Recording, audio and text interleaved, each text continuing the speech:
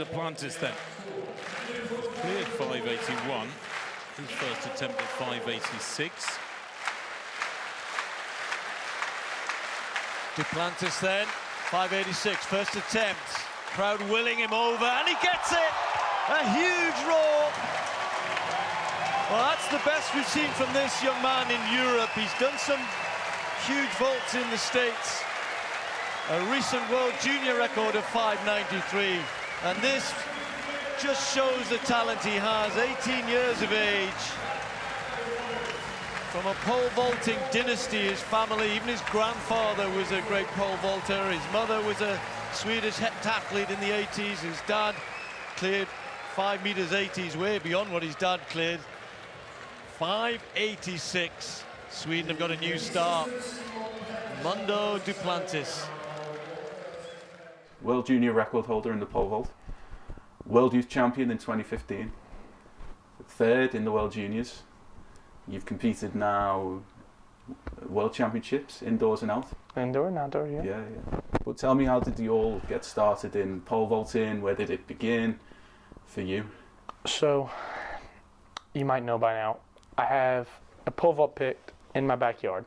I had it since I was about 4 years old, maybe 3 years old. I don't remember when my dad first built it. My dad was a ex-pole vaulter, and then he built the setup. I don't know why, maybe just thinking that one of us would want to try it. And my oldest brother, the middle brother also did too. And then we all ended up doing it at a very young age. And then, yeah, I kind of just fell in love with it when I was very young.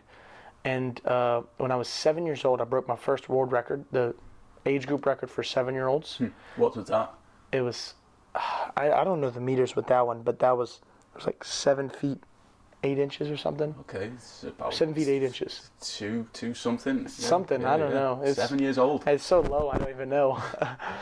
But I was this high, you know. I was very short, and so yeah, it was kind of at that point that I really kind of fell in love with pole vaulting, and then ever since it kind of just kept progressing from there. However, when I was about 12 years old or so, 13 years old, I was really, really deep into baseball. And there was a summer, my 12-year-old summer, that I never even touched a pole, never went onto a track because I was playing baseball so much that summer. But when it came down to when I was 14 or 15, I kind of had to make a decision to which one I was going to pursue, because I couldn't really do both, because the seasons just intertwined too much. And I ended up picking track and field, obviously, and pole vaulting. And it was about right when I just kind of started focusing on track and field, when I was 15 years old, is when everything just kind of jumped off. I went from jumping 475, and then all of a sudden that season I jumped 530, or I jumped 528, and I qualified for the World Youth Championships in Cali, Colombia, and then I jumped 530 in Cali, Colombia, and I win it. And so I take home my first international gold medal, I guess, and that was really one of those, like, it was kind of that moment in Cali that I was like, I have the potential to break the world record, or I can win the Olympics. I kind of like, ever since then, I kind of had this confidence, and it's kind of gave me the confidence to jump with how high I've been jumping right now. You know, when you had a pit in your yard, what did the neighbors think? You know, we had a little bit of issues when I was younger with the neighbors, with the pit, because the pit kind of bordered the fence of the neighbor's yard. And so they always thought it was kind of be a concern that I was going to jump and then I was going to end up landing in their yard or something, then get hurt. Then they're liable for my injury or something. But no, it wasn't too much of a problem. One of the problems was actually that the wall that borders our pit it's a brick wall. Right. And so we wanted to put some padding over it, and then we kind of had to go back and forth where, can we put padding over your wall, but then we didn't know if they wanted the padding over their wall because it doesn't look as good, and because I can't have the chance of landing on a brick wall, and we ended up working that out, so that was okay. And any incidents where you ended up in next door's garden at all? no, not quite. I wasn't. No, I knew what I was doing enough to not land in the garden for sure. And what did your friends think as well? Because I mean, we used to play soccer in our back garden, and sometimes the ball would go off the wall thinking about it. But if friends would come around and see a pole vault pit, I mean, yeah, I was fortunate enough to grow up in a neighborhood with a lot of athletes and a lot of people that were that love sports. And we had a big lot right by our house where every day we'd go, we'd play soccer, we'd play baseball, we do whatever. We'd always be doing something. So, and it was very like, I don't know how to explain it, but they never really cared enough to try it. Everybody in the neighborhood got there at least one try at it, but they thought it was too hard, too weird to really do it. But I was fortunate enough to grow up in a neighborhood with a lot of like people that love sports, and I think that was actually contributed a lot to my success, that I had brothers that were super athletes and very competitive with me. Everything we did when we were younger was always a competition, and everybody wanted to win everything. And so kind of,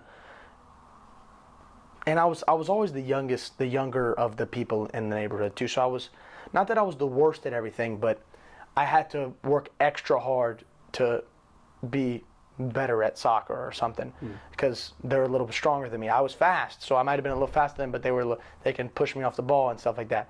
So it kind of gave me this competitive attitude that I have now, that kind of just like thrive off competitions and thrive off of that big moment and that last attempt jump that I need to make. And I think I was very fortunate enough with when I was younger. So tell me about, because when I was looking at those results in Cali, I think some of the guys who were on the podium there are kind of still around. I'm thinking of the Greek lad, Emmanuel Corrales. Yeah. He was on the podium there, and he's competing with you now.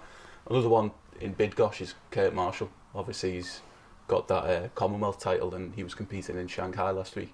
What's it like to have kind of progressed with those guys and now be competing on the senior circuit with them? So, pole vaulting is one of those events to where it's really technical, and I feel like it's not that you can't jump high, but it's such an advantage to if you can start at a young age. And so people like Curtis Marshall or Emmanuel Corrales, that they started at a pretty young age and they were good at a young age. You've been able to see them progress kind of into the European circuit and the Diamond League circuit, and it's really been great. But because just to be able to see kind of from Cali, I just feel like I was 15 years old. Even though it was only like 3 years ago or 4 years ago, I feel so young compared to then, that he looks like me. And I bet Corrales would say the same thing. Like, we were just so young at that point, and to be able to see how me and Emmanuel have improved so much kind of together, we both just had this big old rise up. It's great, and it really excites me for the years to come, and for the 2024 Olympics, 2028, 2020 even, and that I know that me, Curtis, Emmanuel, and many others will have great company and great competitions for sure lined up in the future. Yeah, so much to look forward to in that respect. But we were talking about just a moment ago competing with one of your idols, Renaud Lavillenie. Again, just tell me what it's like, what your relationship with him is like. Does he give you advice as well out at practice or even on the track during competition? Yeah, when I was younger, I was kind of a student of the event. I would always watch film. I would go home. I'd go on YouTube. I'd look up best pole vaulter ever, blah, blah, blah. I'd look the Sergei Bubka, and then Renaud started coming up when I was about 10 years old or so. That's when he started kind of making his little move.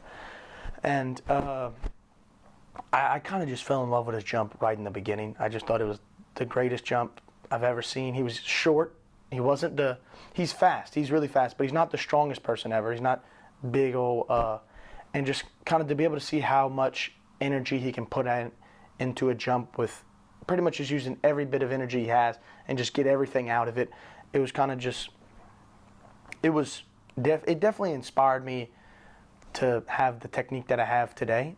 And I guess as the small kid in the neighborhood, it was, you know, if you see the small guy on the runway breaking world records, winning multiple Diamond League titles, what more inspiration do you want? Exactly. It's like, if that's what I'm saying, because I used to be pretty short. Yeah. Like you can see in Colombia, I'm on the podium and they're like, I'm the first place podium. They're like almost right neck and neck with me, and so I've actually been fortunate enough to grow a little bit, but to be a decent height, and so I was kind of thinking, I didn't know, my dad's super short, so I didn't know how tall I was going to be.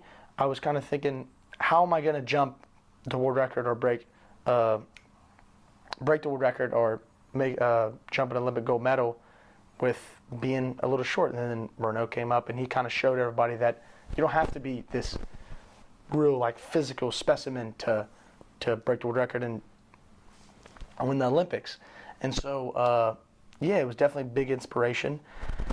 And I remember when I was younger kind of doing the math to where like, how high am I going to have to jump at what age to be able to compete with Renaud at the end of his career? If somehow the stars will align to where I can jump with who was my idol at the time.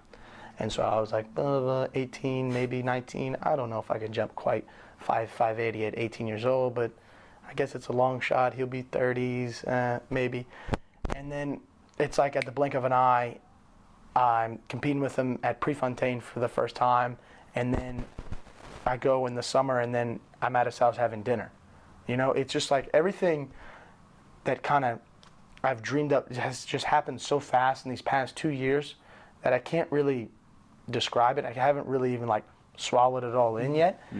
And I haven't even really been able to step back and just kind of breathe and think about what is going on right now, and like how everything that I've kind of like hoped would happen is kind of happening right now. But I don't know, the way that competitive mindset in me is kind of like right after that first competition with Renaud, and not even just Renaud, like you jump with Sam and you jump with Thiago, the Olympic gold medalist, and you go, it's like, wow, that was so cool, we got to jump against them, and then I'm like, but I lost though, so I'm kind of mad about that, and I want to beat them next competition. It's like, yeah, it was cool to compete against them, but like, I need to now be able to show that I can not only compete with them, but I can be better than them. So that's kind of where I am right now, is because I've kind of showed that I'm good enough to jump in the mix, but I haven't really showed that I can kind of like dominate the competition, which is kind of like the next step for me. So your aim now, surely, because you can jump 590s, but is that your aim to do that regularly, to add consistency to your locker as well? Yeah, it was. I mean, I'm not going to say I was inconsistent last year, but it was the perfect conditions. Everything went right at Texas Relays, and when I jumped the 590 last year, it's like my PR is 593, and last year was 590, but I think that's two different jumpers. I mean, because last year I jumped 590, and then I didn't jump 580 for the rest of the outdoor season. That was the only 580 I had, was that 590. And then this year, my 3 outdoor meets are 592, 581, 593. You know what I'm saying? I just think it's kind of two different people, even though it's 3 centimeters higher PR, which is not, I mean, it doesn't seem like that much on paper, but I think that it's a lot better, and that I think that it's kind of the way my meets have progressed right now. I think I'm setting up for a 6-meter jump soon. Really? I think so. Yeah. And I mean, I think if the conditions are right and everything goes right, I could jump 6 meters as soon as tomorrow afternoon. Well, we'll see. Prefontaine, yeah. Yeah, that's exciting that you. I mean, it's funny because when we were talking just at the start of this conversation, you said the world record's always been in your mind since you decided to choose pole vault. Yeah. But you've realised all these kind of goals along the way. You've just finished high school. What are your plans for NCAAs? Do you want to win a few titles on that collegiate circuit? Yeah, well, however long I jump in the NCAA, I'll go. I want to just go the first year, just kind of show dominance and try to win the SEC championship, the NCAA championship, the 2 major titles, indoor, outdoor, and then we'll kind of just see from there. But yeah, for sure, just try to go in and kind of just be dominant in the collegiate circuit. You were raised in the US, but you're very much a Swedish athlete. Yeah. What is your reputation in Sweden like? Do people recognise you? You know, I don't. Do they recognize me? It kind of just depends on where I am. If like last summer, if I walked to a track, if I was at a track, I'll get recognized a couple times, say some stuff, and but I don't think if I'm out with my grandparents eating dinner, I don't think I usually will get recognized, but for sure if I was at a track, I'll probably get recognized a couple times. But Byrne is one of those meets to where my mom has described when she was younger as, she said you couldn't even get a ticket to go to the meet. She said it's kind of one of these meets to where all these, especially when she was younger, they had so many greats like Stefan Holmes and Carolina Kluft and all these great Swedish track and field athletes. And so I really want to kind of go to Stockholm, the Diamond League meet, and kind of just bring this resurgence back into Swedish track and field and really have a great performance there in front of the home crowd. And I don't think anything will make my mom more proud than me going to Byrne and just kind of not even necessarily I don't have to jump 6 meters, but winning it would be great, of course, but just kind of putting on a show and just kind of, like I said, they're kind of just trying to bring a resurgence back to Swedish track and field. It's nice. You just want to do your mum proud. Yeah, of course. My mom was big inspiration for me my whole life, been as supportive as any mom could ever be, and she now has the job title, I guess you'd say, as she trains me every day. She's there every day of the week. I mean, my dad, I'm not saying my dad gets too much credit, but my dad gets usually the credit for being my coach. But I mean, he coaches me twice a week on the days that I jump, on the days that I actually like pole vault. And she's there every day other than those 2 days. I mean, she's even there the 2 days just watching me and helping put up the bar and all that. And so yeah, my mom has been, especially these past 3 years, 2 years, 2.5 years, that I've started to actually work out. Because before, until I was 15 years old, after my 15-year-old Columbia, that's that summer that I was like, okay, now I'll start working out. I'll start actually doing things instead of every other day I would just jump. That's all I would do. And then the other day I would go home and I would play video games. I don't even remember what I would do at that age. But, so yeah, she's there every day for me. And, and so I just know that being able to jump at the Stockholm Diamond League meet, because it's such a, I just think of it as such a big event, and to be able to to compete at that meet at such a young age, and not only, I just don't want to be able to go in there and to be able to, let's say, win it would just be, I know my grandparents and all the many family that will be there and friends that will be there in Sweden will be, it will be a great time for sure, to say the least. So you're running 100 meters the other week? I was running the 100 meters, yeah. I ran 10:57 with plus 2.1 wind, so right over the limit. And then I don't remember what I ran at my last high school meet. I don't think it was good. It was very bad because I had to go. I jumped. So the plan was, this is kind of funny. So I was gonna jump. It was my last high school meet, and my coach, Coach Frederick, he's the coach of the high school. He doesn't actually really coach, but he wanted me to do the 100 for my last high school thing, because I'm never going to be able to do something like that. I'm not really fast enough to be a sprinter or anything, of course, but just kind of to be young a little bit while I can, while I am young. And so at the state championships, I was going to take a jump, win it, and then I was gonna go jump 540 or whatever. No, I didn't even have to jump that up, but jump 490, win it, run the 100, because they were like 10 minutes apart. And then it got closer, and then it was the day of the meet, and I told my dad, I was like, what if I just jump 540 or something? I started that, just make it, and then take one jump at 580. And my dad was like, my dad doesn't really care about the 100 either. He's like, sounds good with me. So we go into the meet. I told Coach Frederick this. He was like, all right, just take one jump at 580. I was like, all right. And so we go into the meet, and I go 545. I make 545, and then I was like, all right, I'm going to go to 580. I think I went to 582. And I was like, all right, I'm going to take one jump at it. And so I go, and that's just an incredible jump, 545 to 582, almost 40 centimeters. And so I go, and then I make it pretty kind of easy. Like, I feel like I had a lot of height on it. And I'm like, as I'm on the way down, I'm like, oh my gosh. Like, I just made 582 really easy. And I go to the pit, and I'm like, look at my dad, and like, we're kind of looking at each other like, one more jump. Like, I know I have the 100 meter in a second, but like, one more, let's just break the world junior record like real quick. Just give me once. And then, so I look over at Coach Frederick to the left, and he's giving me like, shut it down. He's giving me the look. And I was like, and I just like point the little index finger out. I'm like, one more jump. Just give me one more jump. He was like, oh gosh. He's like, oh no. And so I tell him, put it at 593. And they put it up there. I told my dad I was only going to take one attempt at it. And all I needed was one attempt, because then I made it on that one attempt. And then I had to run the 100 like 2 minutes later, and I just did.